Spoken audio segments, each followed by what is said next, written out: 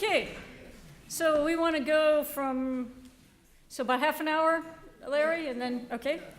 So I forgot last time to see what time I started, so I had to just guess. All right, I'm going to talk a little bit, I think my topic officially is contemporary issues in liberation theology. So we'll talk a little bit about what I think are some of the biggest problems for us to face in our context today. It's probably helpful, although all of y'all know this mostly, but actually some people are not aware that liberation theology originated pretty much at the same time, but independently, in Latin America and in the United States. In Latin America, you had Gustavo Gutierrez, A Theology of Liberation, and other people writing around that time. At the same time that James Cone was writing, publishing articles, and his book, A Black Theology of Liberation. So they both used the term at the same time. Both argued that God sides with the poor and the oppressed, that God desires the liberation of the poor and the oppressed, and that means theology ought to be done differently. Theology should be liberating if it's reflection on a liberating God, not dry and boring. Don't tell my students this. They might hold me to it.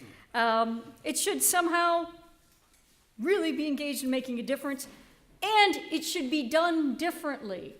In a world that excludes and marginalizes, liberation theology should, with its option for the poor, should be privileging the experiences and perspectives of the normally excluded.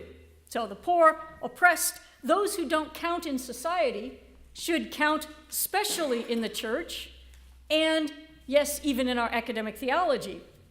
We shouldn't be replicating their marginalization. Of course, since then, as you know, that's led to an explosion of liberation theologies because there are lots of different contexts and lots of different forms of exclusion and oppression.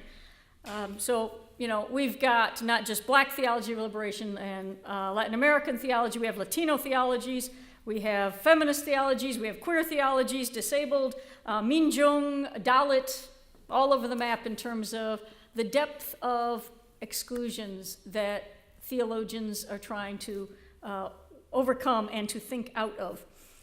I'm not going to try to discuss those all, to your great relief, I'm sure. Instead, I'm going to identify a couple of major issues and ones that I think are particularly relevant to our context today. And, I was inspired. I thought, wow, I found an image to focus all of Francis's views with the two standards. I think, well, I'm going to try that again. And if it works the first time, I'll say, well, that worked so well, I'm going to do it again. And if it didn't work, I'll say, well, since that didn't work, I'm going to try it better this time. So I'm going to give you a new image, partly because it's out of my own work and partly just to bring the conversation together. And that is to focus ecclesiologically on the church. And this is how we're getting to your issues.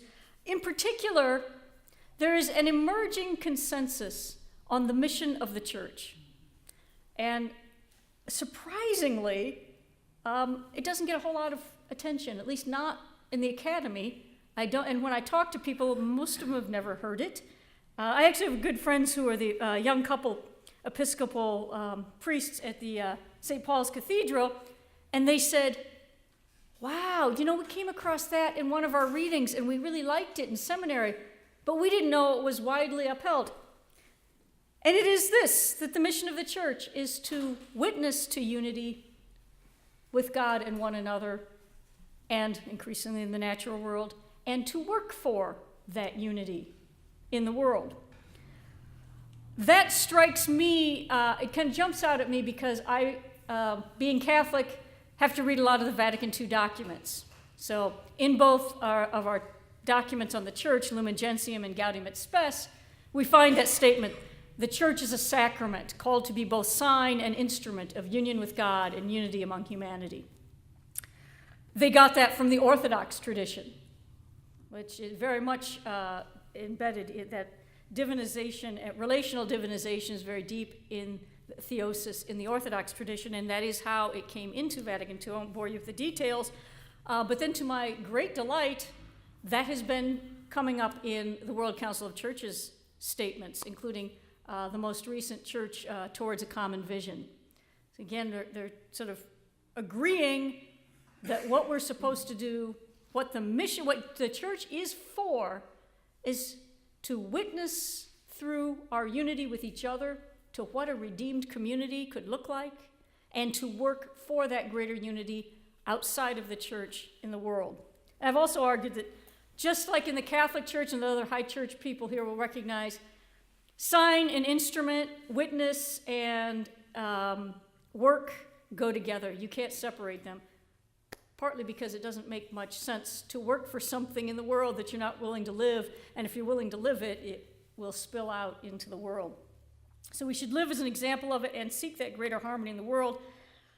Also reminded, at a time when so many of our kids don't know what the church is for, don't know why they bother being church. Some of my students say, if I can go to heaven without getting up and going to Mass on Sunday, why bother? I try to suggest they may be missing the point. This is not unimportant. Howard Thurman, a great African-American spiritual writer, thinker, and preacher of the early 20th century, I find very moving, actually said, if we in the church could live as brothers and sisters, people would flock to the churches to learn our secret. I think he was onto something there. We think it doesn't matter, but clearly in our divided world, it matters a great deal. So I want to try to apply, take that as our kind of focal point. If that's our mission, how does that affect the issues we face in the world? And a couple of ones that I'm going to focus on.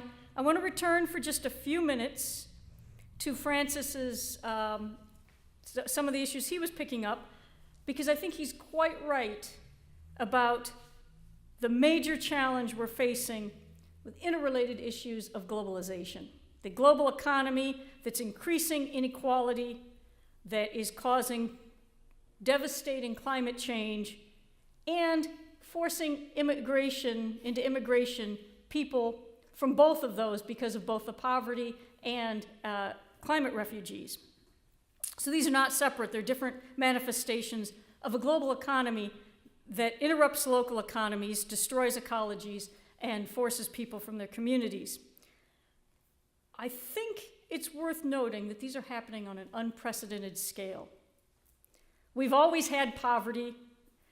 We've often had migration, immigrants, but we've certainly occasionally caused ecological disasters, but we've never had anything, I think, on the level we're currently experiencing with a global economy and with the capacity to do permanent climate change.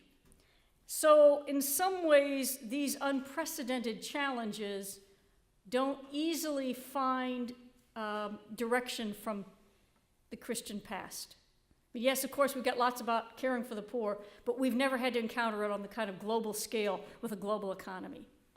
And I want to suggest that these challenges go to the heart of the mission of the church to witness to unity, because these are things that divide us, but they could unite us. A global economy could bring us together in sharing for the good of all, or it can be run for the wealth and profits of a few. We can welcome and reorient our communities, achieving, as Francis has asked us, new syntheses out as new people come in rather than clinging to our current identities. But we are risking greater division and more people left out. And clearly, if we don't cooperate together as a world, we will not stop climate change, which is threatening the basis of life on this planet.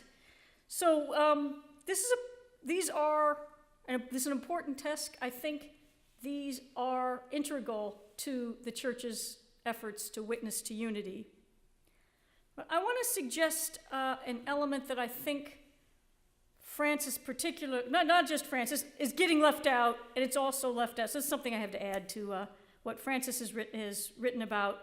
a key aspect of all of this that's often neglected is how women are particularly impacted, right? That poverty is experienced often differently by women than by men.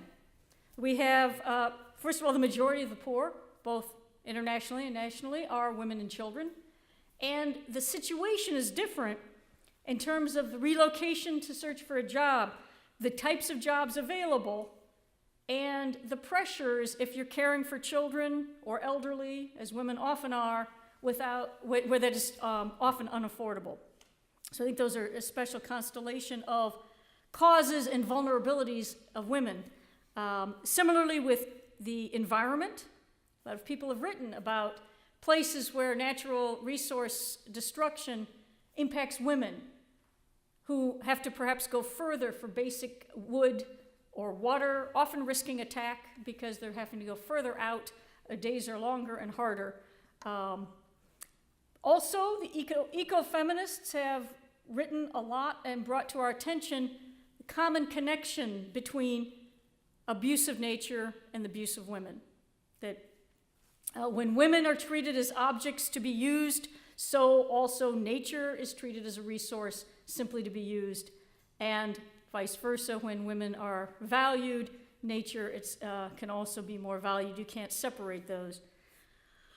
And the third, migration, I'm going to spend a little more time on, just because I think that really hits us here.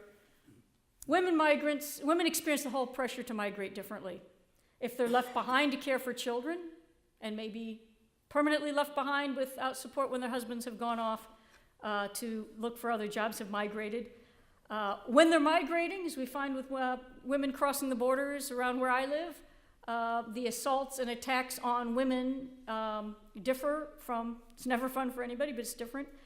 And then there's a dimension of migration that I think we really have to pay attention to. It's affecting women differently, is sex trafficking. Again, in the process of migration, of people needing to migrate, women can be enticed with promises of jobs, decent jobs and documents, or can just be kidnapped and imprisoned in a slavery that is a greater part of the sex trade than we often imagine. So yes, even in the United States, we find brothels of literally imprisoned women, gangs increasingly, including in my area, becoming more involved in trafficking of, usually starting with girls about the age of 14, because you can sell them repeatedly, unlike drugs and guns that you can only sell once. Now, sex slavery is not the only slavery, unfortunately, even in the United States right now. And migrants, again, are at an incredible risk of being enslaved in the new places they're moved to.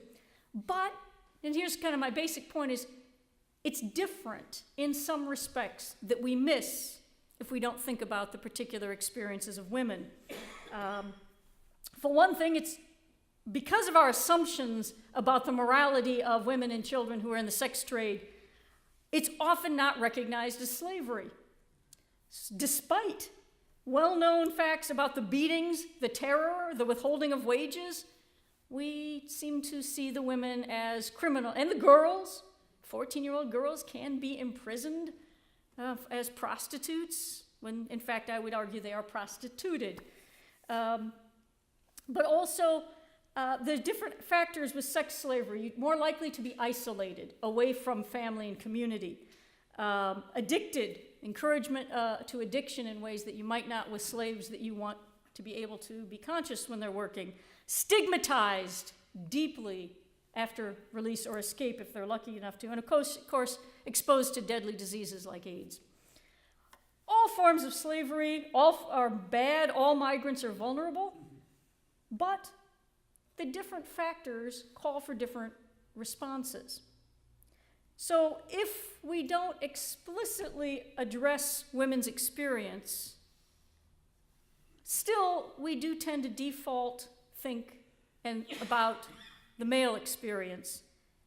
The analysis then and the solutions end up being inadequate to at least half the population. So we've seen this, of course, with medicine, that if you only test men, it doesn't work all the same for women. The same, I want to argue, with this constellation of the global economy, climate change, and migration. These have specific effects on women that we need to be attending to.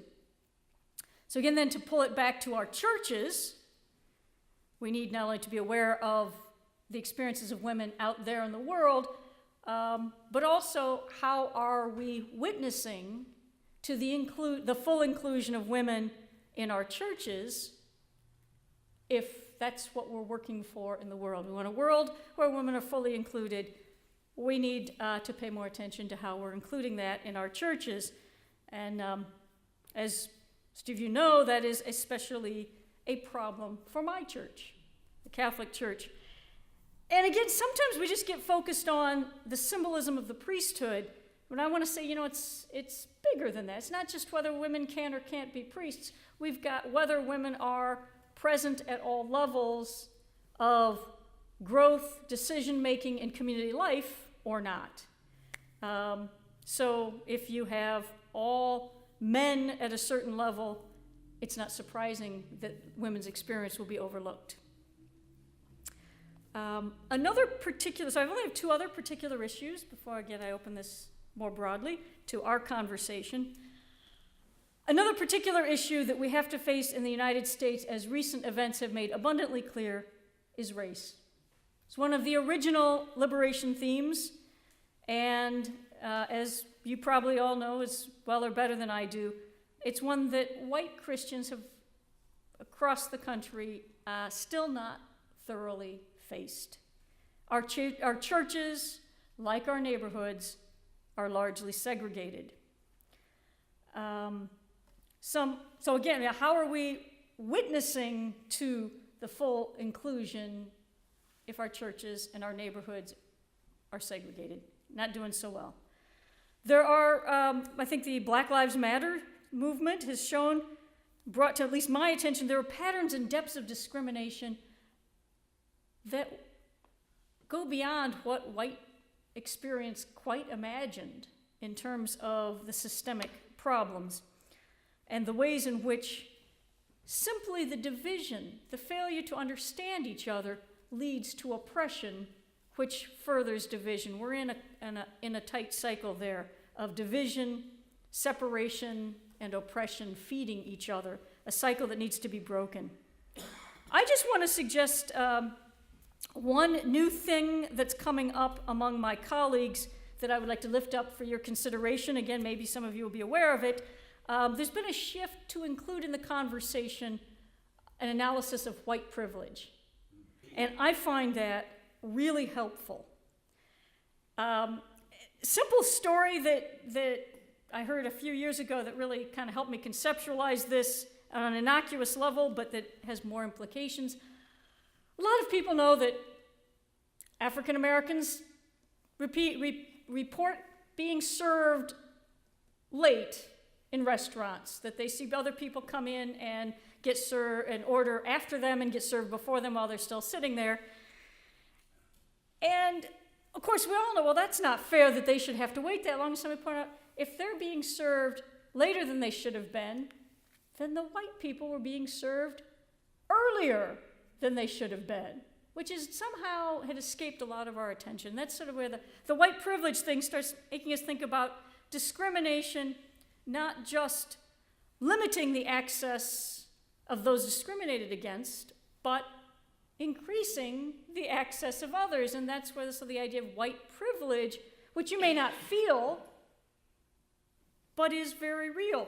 Less resources, less opportunities on one side for African Americans means more than our fair share of opportunities and resources for white Americans. So it also means we're all implicated, whether we like it or not, whether we're personally racist or not. We're all implicated in systemic oppression, systemic racism, and benefiting or suffering from the invisible discrimination and privilege. So I think that raises us a profound question: to be a church in a systemically racist society where it's pretty clear that access to housing, quality of schools, job applications, and general public resources are not the same there are fewer for African American communities than there are more for white communities. We need to make that a much more central challenge for all Christians than I think we have thus far. The other and kind of final issue I want to lift up as important, so what have we got? The economy, the whole complex of global climate change, migration, and poverty from a women's perspective, the issue of race. Final issue is democratic civil society. This is an issue in contemporary Latin American liberation theology. Wasn't originally, but they've now begun to talk a lot about structures of civil society. It should, I want to argue, also be an issue here. After all, if you look around, and again, I'm not going to say too much more about it than this, it's pretty clear that we are not in a period of healthy, valued, well-functioning democratic institutions, right? We're all complaining about the system is broken, however we react to it. It's clearly polarized, often dysfunctional. The institutions of democracy are devalued, even attacked, as we kind of saw in Oregon and other places. And then the question is, well, why care? There's a danger of this sounding like somebody, an academic who benefits from a stable society, wants to keep it that way. And I suppose there's some truth to it. I actually don't want to live in a failed state. It does not look like fun to me. Yeah. But I think there are also some genuinely Christian reasons for paying more attention to the quality of our democratic society. And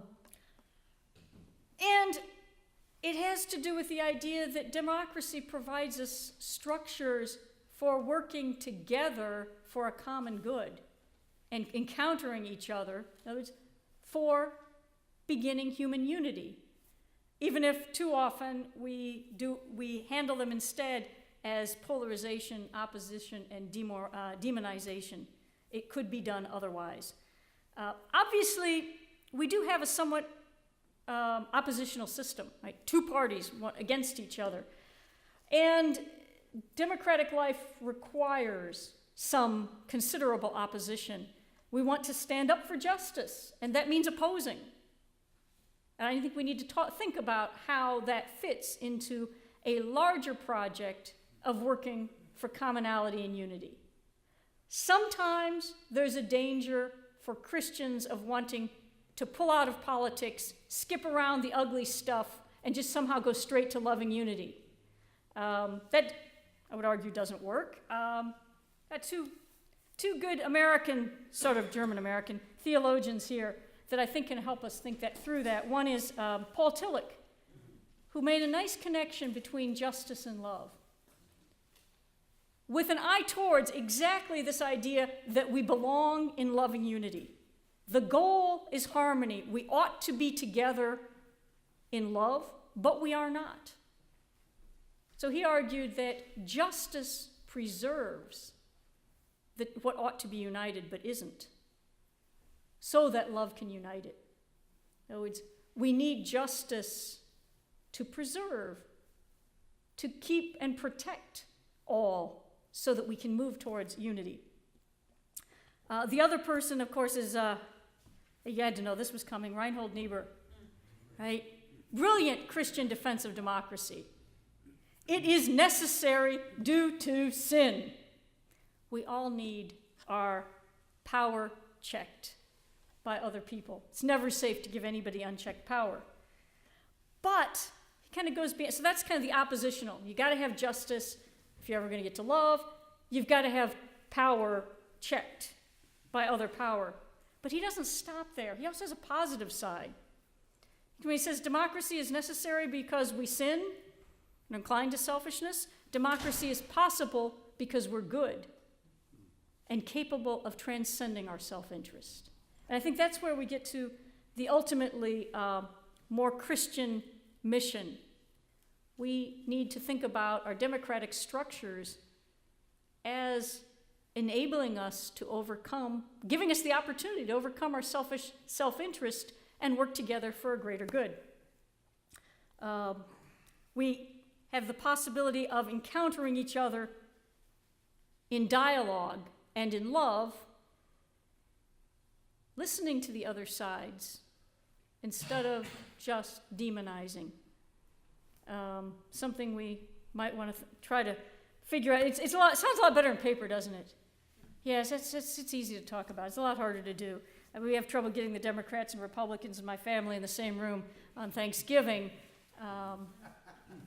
But maybe that's where we should start. And as you know, our churches are also divided, often less by theological beliefs as by political beliefs these days. So what's going on if, even among Christians, we can't talk to each other about our political differences? That might be a place to start. We were talking about Francis earlier. He does say a little bit about this. He talks about dialogue out of love. Not just to persuade, to understand, but as a form of sharing yourself with another. So I would argue that we need more, not less, attention to our democratic structures. I think since we're getting close to time, I'm going to try to sum this up maybe with an image that I've taken from Virgilio Elizondo's work. If any of you know Father Elizondo, I mentioned earlier from his work in San Fernando Cathedral, is probably one of the father of Latino theology in the United States, theologizing out of his experience as a Mexican American. Unfortunately passed away on Sunday, which is why I was thinking of him, but his work has been very influential in my life as well as others. He has a term that he interpreted theologically out of his Mexican American experience of mestizaje, mixing, the mixture. Chicanos, or Mexican Americans, as he experienced growing up, were seen as a mixture rejected by both sides, as often happens. They are not considered fully American by white Americans, went back to Mexico to be rejected by their family as too American or put down. And in his own work, he returned to the Bible and discovered that Jesus came from Galilee of the Gentiles, a place of mixing, a place where the Jews were not pure Jews in the eyes of others because they'd been adulterated by all the Gentiles crossing through, but also, of course, were too Jewish to be accepted as equals by their colonizers. And yet God chose that place of mixing to be incarnated in Jesus. So he came to love his Mexican-American mestizaje, to see it as a cultural synthesis that could take up the good of both sides and create yet another new, beautiful contribution. And he then applied that to public life in a way that I have found incredibly moving. The idea that our public life could be about a joyful coming together. He loved the term table fellowship, by the way, eating together. Coming together in our differences, not to overcome our differences, but to create even more differences out of them. Just like he said, when you bring people together of differences and then they fall in love and they create new people, or bodies coming together. So just to end with this, I think this new life, the new ideas, the new cultural synthesis that comes out of mixing, this is the mission of the church. The mission of the church is to bring together diversity into a greater harmony that creates yet another contribution that enriches the world. And I would also suggest that that kind of mestizaje, coming together, respecting differences and creating something new out of them, is what the world badly needs right now. Thank you so much. You all have survived 2 of these. You're ahead of my students. So we have a few minutes for people who want to comments, feedback, pushback, challenges, etc. Anybody want to say anything? Yeah. One of the things that I think I'd like to keep in the back of my mind too is that some of the comments you made about poverty and the amount of poverty that we have. Some of the ways that I encourage myself as to why I'm making these efforts is that, you know, the United States, this country, our communities, why are we getting C minuses instead of, you know, and why aren't we getting A's? Why aren't we striving for the A's? Our kids come home with a report card and we go, that's not good enough, come on. So we have these issues. But one of the things you said about more poverty, I think we also need to feel somewhat the grace that worldwide poverty is in fact not as great as it used to be. We have that split, we have that separation, but there's good news coming out of Africa, and there is some warped benefits to the exploitation of the earth in Africa that is creating some wealth, at least temporarily. So I think that's important to remember, and that some of what you're talking about applies more to us in the United States than it does to some other places. Yeah, thank you for reminding me, because I find that hope is good. Yeah. You know, we don't want to get too like it is, but hope is good, and the international reality is extreme poverty is decreasing dramatically, which shows we can make a difference, right? We don't have to, it's not all doom and gloom. Right. I think that matters a lot. And some of that is coming out of their efforts as opposed to our international aids. It's in spite of our international aid and our international corporate NGO wealth creating poverty aid. And apparently a lot of the kind of micro businesses that are getting going have made a huge difference, and real different from when I was their age. The college students are into all sorts of kind of capitalist endeavors that are not profit oriented. I probably forgot to point out that Francis isn't condemning all of capitalism per se. He thinks business capital system could be directed for good, and in some places it is.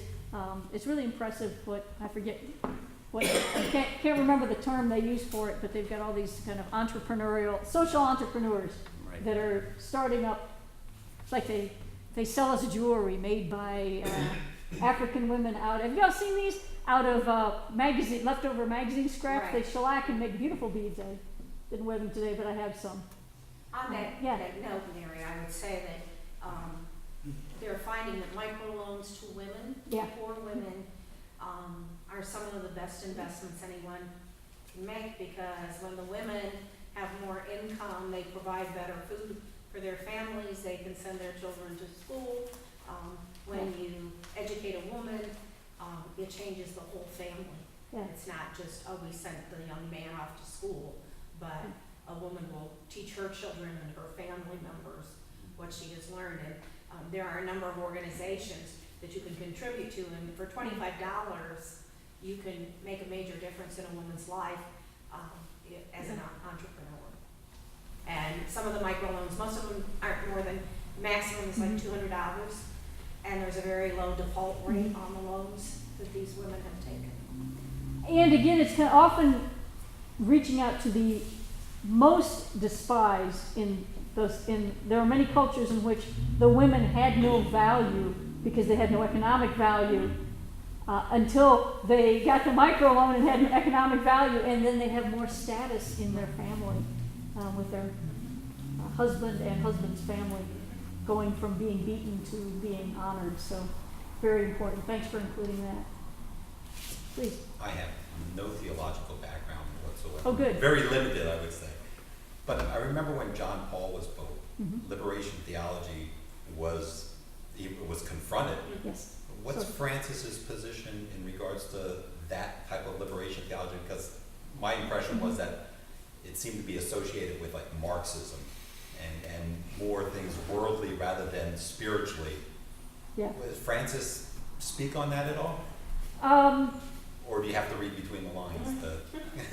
You know, if you're reading Vatican stuff, it's always better to read between the lines anyway, because it's more interesting that way. I can only say just a couple of things about that. But yeah, there is a stark difference.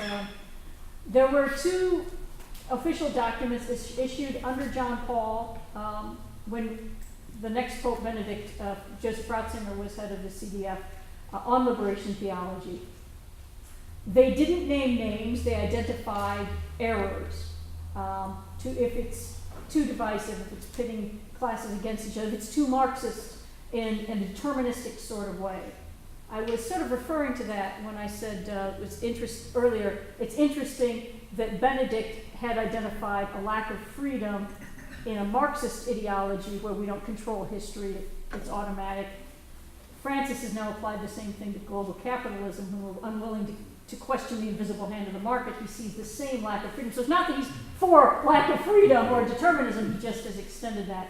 I would say that, for example, I had the pleasure of knowing Gustavo Gutierrez when I taught at Notre Dame. He was a wonderful man. And he said, he was questioned by the Vatican during that time.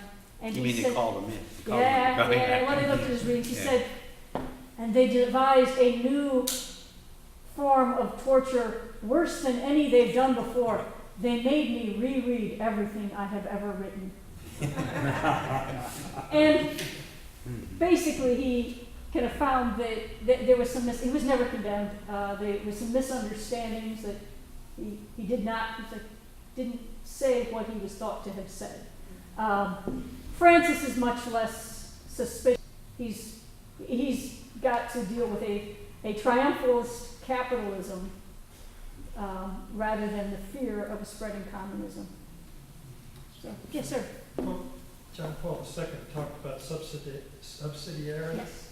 And I haven't heard that since he was bitterly disappointed that it didn't work in Poland.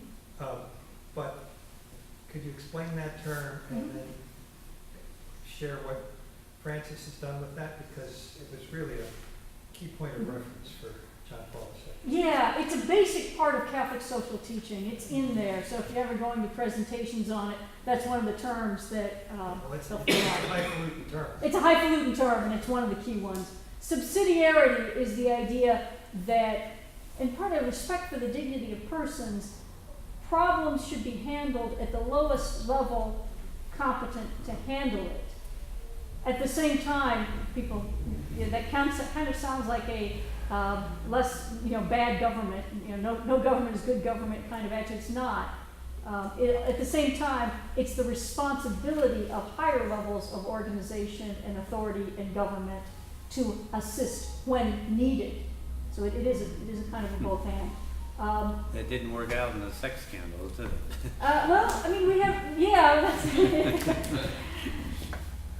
that's Sorry. tricky. No, that's an interesting one for, yes, we've done some analysis in how the Catholic Church itself lives out, or Lower level. upper fails level. to live out the proper tension of empowering people in local communities to take charge of their own lives, to do what they can, not, to express their responsibility and freedom for one another, but in ever-growing circles of community. So it's the idea of kind of embedding responsibility and freedom in community all the way down and up, so that rather than just taking all the power up, it's diffused. Does that make any sense? I didn't come with a clear. I would put it in German terms and say Yeah. that Gesellschaft trying to Gemeinschaft. Okay. That's Ferdinand Tony. Yes, I know. Yeah. I don't want to go there. Yeah. Speaking German now. Yeah. Yeah, just read them. I came from Germany. Go ahead. I have a Sir. question. Last year, we had a presentation on the changing locus of Christianity from north to south. Yeah. And I'm interested to hear your thoughts on how that changing landscape is impacting the Catholic Church in terms of these kinds of issues that you're raising with us today. We have a pope from Argentina. That's true. How is it? I mean, there's lots of said about how it's going to, how it will. Obviously, it should have, result in more representation at all levels of Latin American and African bishops, priests, nuns, and it's beginning to do so. Of course, that also changing the face of Catholicism in the U.S., whether it's almost, it will very soon be majority Hispanic in the Catholic Church in the United States. And that's causing some tension with the model of, predominantly Catholic parishes that in the goodness of their hearts include a Spanish Mass. So how will that change? Well, obviously, having Pope Francis from Argentina does change how he thinks about some things. It was interesting, one of the first things he said was, they had to go to the ends of the earth to get a new Bishop of Rome, but here I am. Yeah, he clearly spoke to it nicely. He speaks in Spanish. We've had some, I don't know, I guess I'm also kind of, what's jumbling through my mind all at the same time is some of the changing face of international Catholicism, which has been going on since Vatican II. That was the first council in which you had beginning to have a pretty sizable representation of these vast continents. It was no longer a European church, so it's a continuation of that. On the other hand, I experience it mostly here, where we're having colleagues, priests, nuns, fellow parishioners, theologians, with a shrinking world that are African, that are Latin American, that are friends of mine. I used to, when I taught at Notre Dame, okay, just for humor, my good friend was Father Paulinus Odazor from Nigeria. We became very good friends because, among other things, my sister married a Nigerian, so we, he took an interest in her kids, and that was all. And I got to get over to his house when he had family and eat wonderful food. It was all great. We were politically quite opposed, but good friends. So we used to joke. We took the statement from Parliament. We're on separate sides of the hallway. No fighting, no sword fighting across the aisle. Was our motto. So yeah, I guess what I think of when you ask that is the ways in which my life has been enriched by encountering, having my perspective broadened, the way the church is changing, and possibly, one hopes, bringing life back into both the United States churches and in Europe. It's sort of part of the idea. Okay, I'd like to tell you one funny story, and then I'll get you. My daughter, I think I mentioned, is from Mexico. My comadre, her godmother, wonderful Mexican woman, whose uncle was a Catholic priest from Mexico. I met him there. He had done his ministry in Ireland. So he was sent from Mexico as a missionary to Ireland, practicing Catholic state law. Except that as the unmarried priest's son, when his mother took ill in her late 70s, he came back from Ireland to take care of her, but she lived to 104. He didn't get home again. I'm sorry to make you wait. Okay. I came with the intention of having you interpret the writings of Francis. And then you brought one thing up that I think is far more important than anything you realized. I think one of the things we need to do in terms of the Pope is to see what he does. And that opened up a whole kind of different understanding of the issue that I have, and that is the division of the church. And it reminded me, and there's only 1 or 2, 3, 4 people here who've done this. I think you've got to watch what we do here. The way in which we have brought the church together is not through our heads. It's through our experiences of coming together. And that's one of the things that I value in terms of this lecture series. The other is, I need to remind you about your sources. 25 years ago, a Catholic theologian would not be quoting Martin Luther, nor Reinhold Niebuhr, nor Paul Tillich. Thank you. People have also often asked how come Karl Rahner took so much from Schleiermacher and never wow. Because it wasn't a Catholic source. We used to joke that he was the Catholic Schleiermacher and never admitted it, but because 25 or more than 25 years ago you couldn't cite. 25 years ago I think you could. I think you when could. I was in grad 30, school, I think, yeah, but certainly 50 and 60 years ago, that didn't have as a Catholic source. But you're absolutely right. The dialogue of life, as some people are calling it, both among Christians and interreligiously, is much more critical than coming to agreement on the primacy of Peter or the Immaculate Conception. Right? This is what matters. It's in fact, if you pay attention to the dialogue of life, as you're saying, it may be that we have a lot more unity than we realize, which is a gift of the Holy Spirit. And as I kind of tried to suggest, this is integral to the mission of the church. That cannot just be an issue for those who happen to like that sort of thing, because we're called to witness to the world what it means to live in loving unity. And when we are so bitterly divided, this is a deep theological and ecclesial problem. So thank you for both of your comments.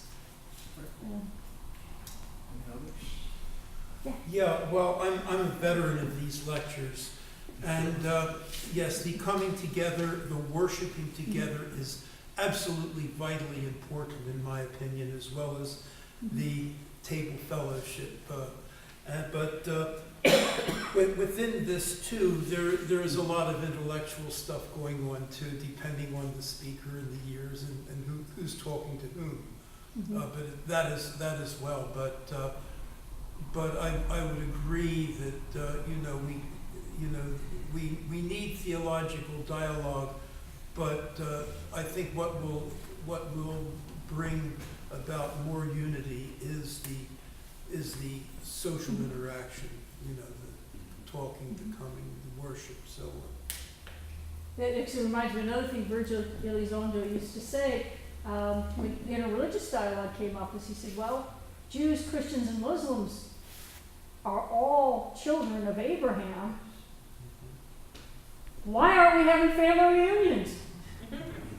Why doesn't this large, extended, differentiated family gather to eat and drink together? Because that's what families do if we're children of the same. And even more so, I think, all of us who are in the Christian branch of that family, the first cousins, so to speak, or brothers and sisters. Okay, y'all are good. Stamina is excellent. Hung in there well. Extra credit for everybody. Thank you very much for being such a patient audience.